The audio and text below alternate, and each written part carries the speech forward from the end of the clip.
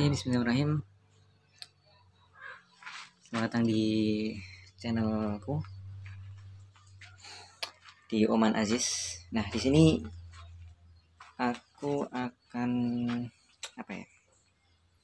Ini pertama kalinya aku shoot di tempat outdoor di belakang rumah. Oke. Bisa dilihat backlight. Oke. Ya, ini kebun mini ya. Jadi kali ini aku mau coba bahas soal apa ya?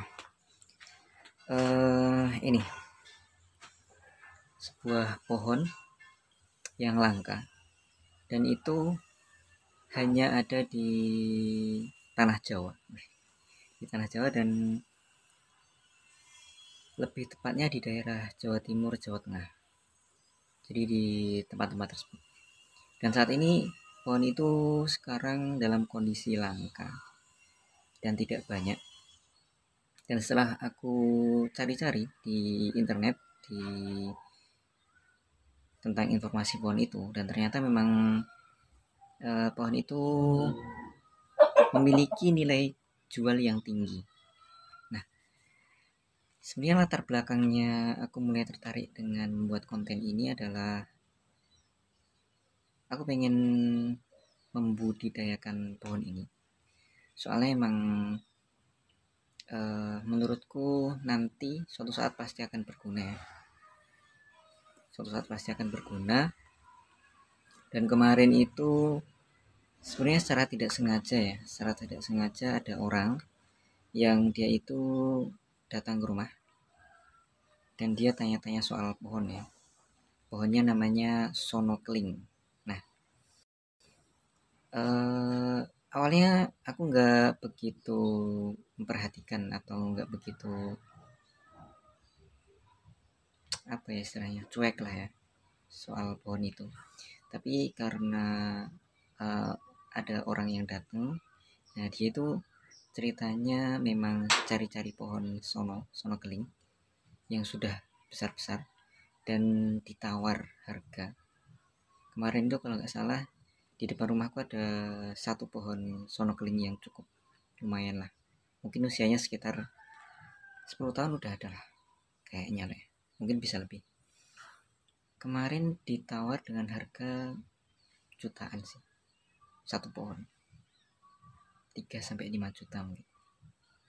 Mungkin lah ya kisarannya. Tapi itu kemungkinan masih bisa naik. Nah, dari situ aku mulai berpikir bahwa mungkin suatu saat nanti kalau aku nanam pohon sekarang di usiaku yang 22 tahun ini, mungkin nanti aku bisa manen pohon itu di usia 32 tahun ya. Nah, mungkin itu salah satu bentuk investasi jangka panjang tentunya.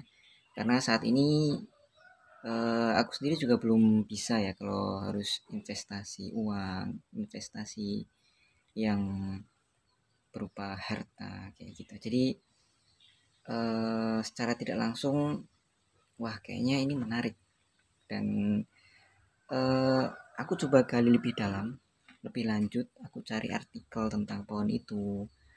Terus aku cari apakah ini pohonnya sama dengan yang di internet. Kalau aku cari di internet itu bahkan harganya lebih fantastik. Dia mengukurnya dari ketebalan diameternya, terus kemudian dari tinggi pohonnya. Nah, di situ aku mulai semakin tertarik dan akhirnya aku coba cari tahu budidaya dari pohon sono keling itu sendiri. Dan aku cari di YouTube, aku cari di artikel. Di YouTube pun nggak ada, yang ada di artikel. Nah, dari artikel itu menceritakan bahwa sono keling ini adalah salah satu pohon yang hanya hidup di Jawa Tengah dan Jawa Timur. Kemudian tanaman ini budidayanya dengan tunas akar. Jadi ketika tunas itu sudah berumur cukup tua, mungkin puluhan tahun ya, atau tahunan. Nah, ketika akar itu sudah tua dan saya juga sudah melihat di sekitar rumah saya sendiri dan banyak sekali pohon-pohon sonokeling yang tumbuh. Nah, di situ saya menyimpulkan bahwa pohon ini memang tumbuh dari akar, yang akar itu kelihatan di atas permukaan. Jadi ketika ada sebuah akar yang tumbuh di atas permukaan, itu pasti akan tumbuh bibit-bibit sonokeling yang baru. Dan itu kemarin ya aku abaikan, soalnya aku nggak tahu seperti apa, manfaatnya apa. Nah, sekarang saya udah tahu. Jadi kalau misalkan teman-teman mau, silakan teman-teman bisa investasi dengan cara teman-teman sendiri, dan tentunya cukup tidak memerlukan biaya. Kalian hanya cukup menonton video ini, kalian ikuti terus cara mencari bibit sonokeling yang nantinya kita tanam di polybag. Nah, kemudian kemarin itu setelah aku cari-cari artikel di internet, dan akhirnya ketemu salah satu cara budidaya sonokeling. Salah satunya adalah dengan cara mencari tunas, kemudian tunas itu dipisahkan dari induknya. Setelah itu tunas itu dibiarkan selama 2 minggu kalau nggak salah. Kemudian setelah itu dipindahkan ke polybag, nanti akan tumbuh tunas baru. Nah, dari situ aku coba praktek. Kemarin aku cari beberapa tunas yang berbeda-beda. Ada tunas yang ya coba nanti dilihat gambarnya ya. Ada gambarnya nih, ya seperti itu gambarnya.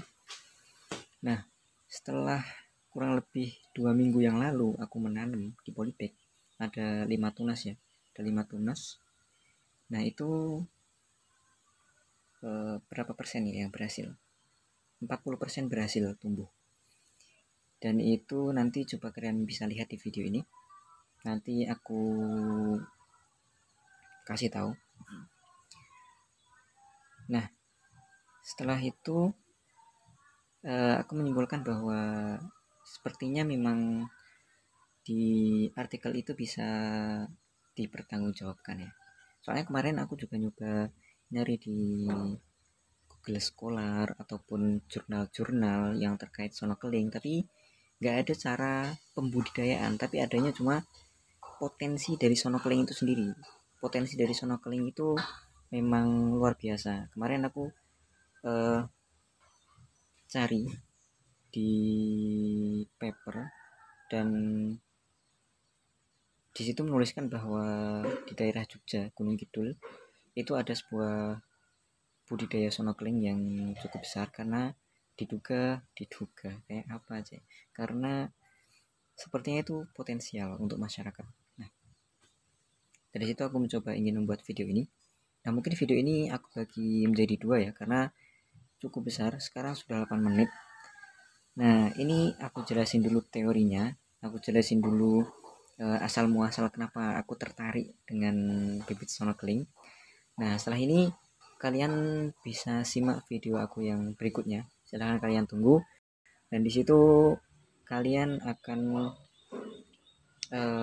aku kasih tahu caranya, akan aku kasih tahu caranya, bagaimana cara menanam bibit sonokeling, bagaimana cara seperti apa sih pohon sonokeling itu, dan bentuknya seperti apa pohonnya, daunnya, dan bagaimana caranya. Nanti silakan simak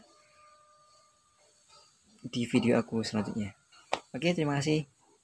Sampai jumpa dan sampai bertemu lagi di video selanjutnya.